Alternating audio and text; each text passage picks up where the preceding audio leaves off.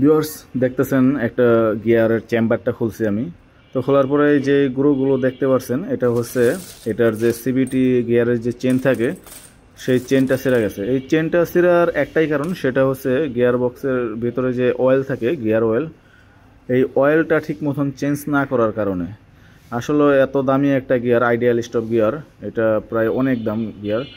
তো সামান্য কিছু টাকা তেলের জন্য উনি চেঞ্জ করে নেয়, তাই ওনার আসলে লোড পড়তে পড়তে চেনের ওপরে তো চেনটা ছিঁড়ে গেছে। তো আপনাদের যাদের এই গাড়ি আছে আপনারা আসলে চিন্তা করবেন যাতে টাইম টু টাইম যত ধরনের গাড়ির মেনটেনেন্স যা আছে, তেল থেকে শুরু করে যা আছে, প্রাথমিক যে মেনটেনেন্সগুলো এগুলা চেক করার, এবং যদি খারাপ থাকে সাথে সাথে চেঞ্জ করার।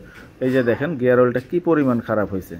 তো শুধু এই গিয়ার বক্সটা বাদ হয়েছে এই তেলটার কারণে, এত দামি একটা গিয়ার।